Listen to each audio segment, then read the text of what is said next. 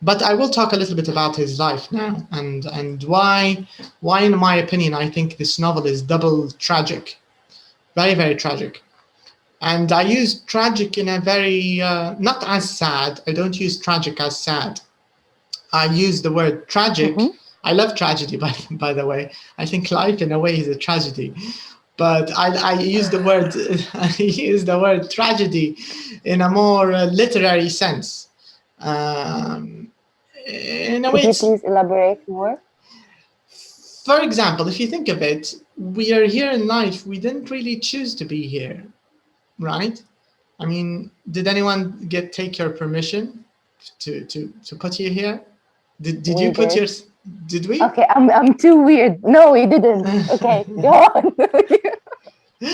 Yeah. So you lived those few first years as a child, and then Okay. suddenly when you become mature enough, you start wondering and you realize you're gonna die, right?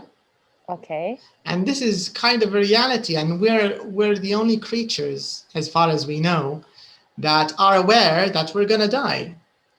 And it could happen Okay. anytime. It could happen tomorrow. It could happen after 50 years. It could happen accidentally. It could happen. So, in a way, you're kind of stuck in a situation. You don't know when you're going to die or how. And you're aware that you've got a limited amount of time.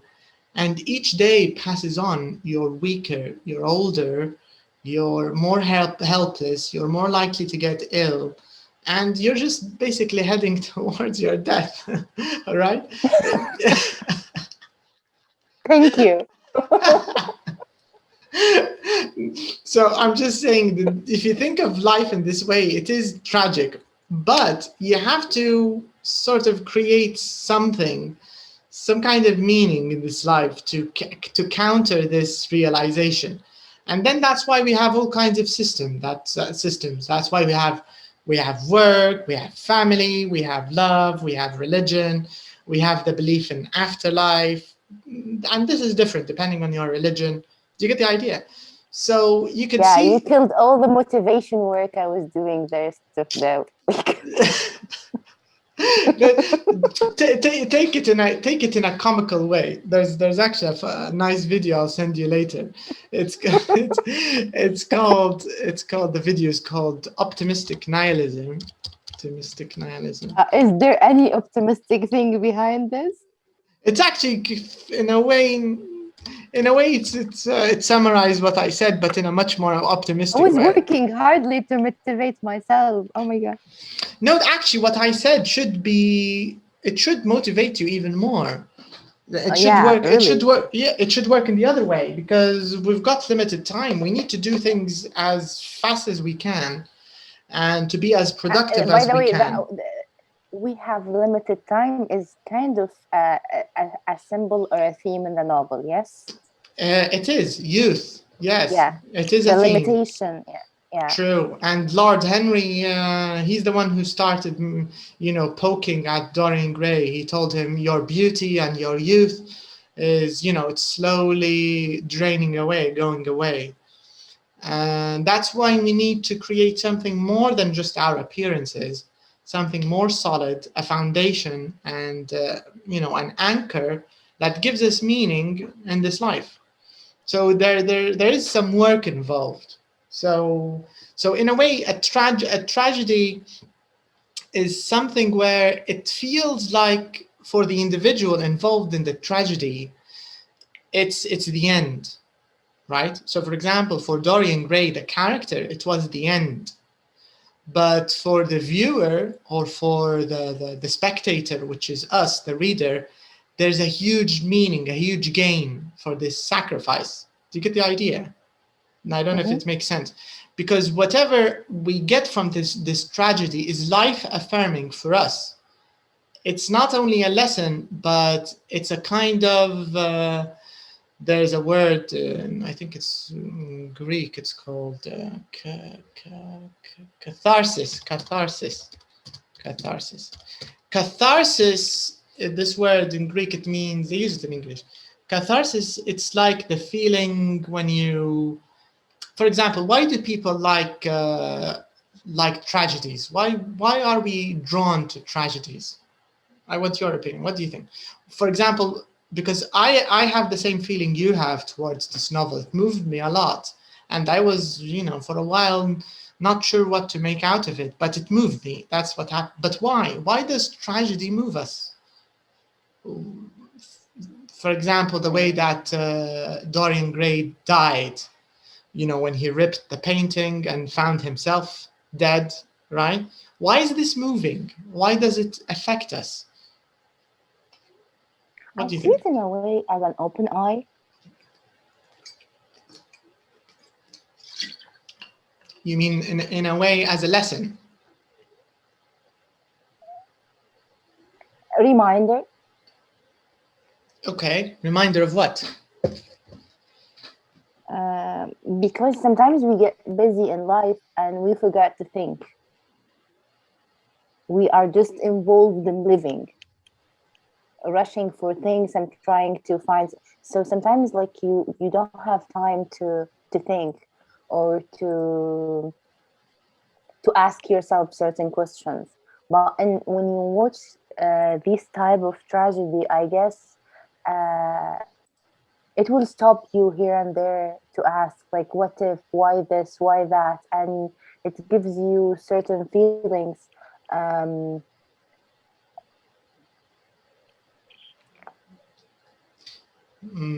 Okay, you're I'm, trying I'm, to I'm, I'm still thinking as like, I you're, don't you're know. trying to say we relate to the character in a way that this Yes, character could yes, be you, us. yeah, yes, you compare, yeah, yeah, kind of. True. You Actually, compare what if. yes. What, for example, like I was thinking, like regarding the portrait, what if we have this? Do you know the old cartoon of that wooden character with the red nose? When he lies, the nose it Yeah, goes like Pinocchio. taller. Pinocchio. Yeah, I don't know his name. Yes. So because when I was a very little, I was thinking, okay, if we have this in real life, like if you lie, people will know because you will have a taller nose. So I was telling regarding the portrait that what if our sins, not just age, will be reflected on our face? How the world would look like, how we will experience things. Like we won't like get that kind of impression regarding the beautiful appearance. We will see the reflection of the soul on the face.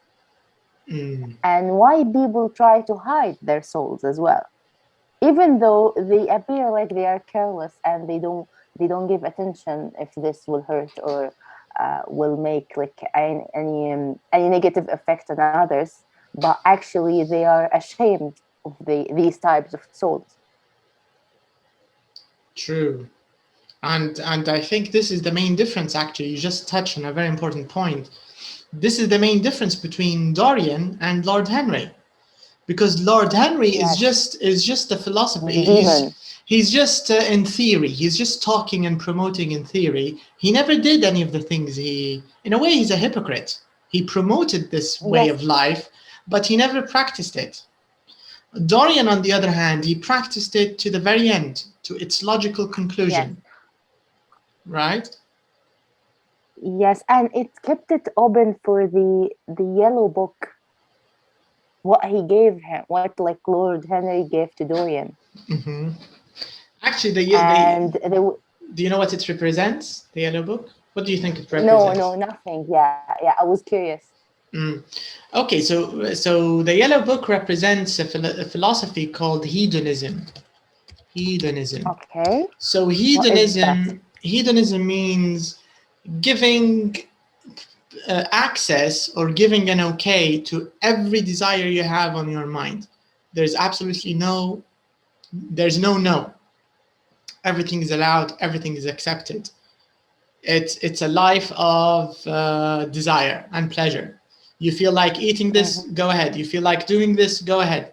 There's no moral judgment. There's no right and wrong. This is hedonism. It's complete involvement, just like Dorian Okay. especially in the latest part of the novel. It's a very extreme form of individualism. that whatever happens to others is not your business. You have to live your life on your own terms with complete disregard to everything around you and everybody around you. So this is kind of the kind of extreme opposite of being a traditional person or being Yes, a traditional follower of societal norms. Do you get the I idea? got you. Yeah, I got you. In I, by Arab, the way, pardon me, I felt like you were in a point and I took you somewhere away, very away. So let's go back mm, no, no, no. before we were. Because this is actually it's central to understanding what Dorian went through, Okay. um, because he experienced hedonism and he experienced the effects of hedonism on those around him. So Does it have any, the term hedonism, does it have anything with Hindus or not? no, no, no, no. It's actually related, I think, Oh, to Greek. It's also related to narcissism, which is being the focus of, narcissism. Okay. yeah, Yes. doing whatever is, you're the focus of everything. It's a very kind of self-centered view of life. So hedonism is the opposite of selflessness. So when you're selfless, or when you do things for others, this is the opposite of hedonism. So many people, for And both example, of them are wrong, by the way. that's the issue, because this is the very weird part of this novel. Because on one hand, the writer is trying to tell us art is only for art, but then weirdly, using art, he gave us a moral story, right? Yes. Which is weird, because look at this comment, and I think he even realized this, because when the criticism, remember all the critics I showed you when they said that the work is immoral, the work is, it's poisonous, it's unclean, that when they started doing these things, actually for Oscar Wilde, he had the opposite complaint. Let me show you what he said in response to this criticism. He said this. Can you read this part, the yellow part? Where, okay. I cannot. I can understand how they can treat Dorian Gray as immoral. My difficulty was to keep the inherent moral subordinate, but to the artistic and dramatic effect. And it seems to me that the moral is too obvious. So in a way, he's making the opposite complaint. Everybody's saying, "Oh, your novel Mm, is bad. It's perversive. It's immoral." He's saying, "No, no, it's the other way around." He's saying it's too immoral. It's too moral. Do you get the idea? Because remember, Oscar Wilde doesn't. yes. He's more interested in art and drama. He's trying to make the moral message subordinate بمعنى تحت المجهود الفني. Do you get the idea? His whole focus is art. Mm-hmm. مش مهتم بقصة moral story. Even though he made an excellent moral story, which is, represented very clearly by the painting that changes with your sins. This is a very moral. It's a very moral. Actually, the novel is simply a piece of art for me. You don't He's see interested it, in art. This is a piece of. but you don't see it as a moral tale. No, Not at all. am I weird? No, no, it's not weird. Okay, No, no, maybe. because if you see it as a work of art, regardless of its moral value, you're No, actually. no, I mean it's no, I said it's the novel, it's a piece of art, but it's not like I didn't mean it's just only art. I mean the whole theory or the whole values behind and the message is it's represented amazingly. I see, I see. No, I agree with you. But even if you didn't see the moral aspect of it, I think the author, Oscar Wilde, would have been happy, because he tried as hard as he could to keep the artistic Yes. value superior to the moral tale. He doesn't want to make this kind of traditional religious kind of stories. If you do bad things, you'll go to hell. Exactly. He doesn't want this. He hates this, actually. He didn't like this. And in a way, the But he didn't say if you will do bad things, you will be happy about it, that's the or thing. you will be proud of it. Yes, because actually, if you see the life Dorian. of Dorian and everybody around him, it didn't seem like he was happy, Yes, he in a didn't. way. Yes, this is exactly what I'm telling. Like maybe Yeah. he hates the idea of um, um, there is having like an obligation come from outside. It's more about an obligation comes from inside.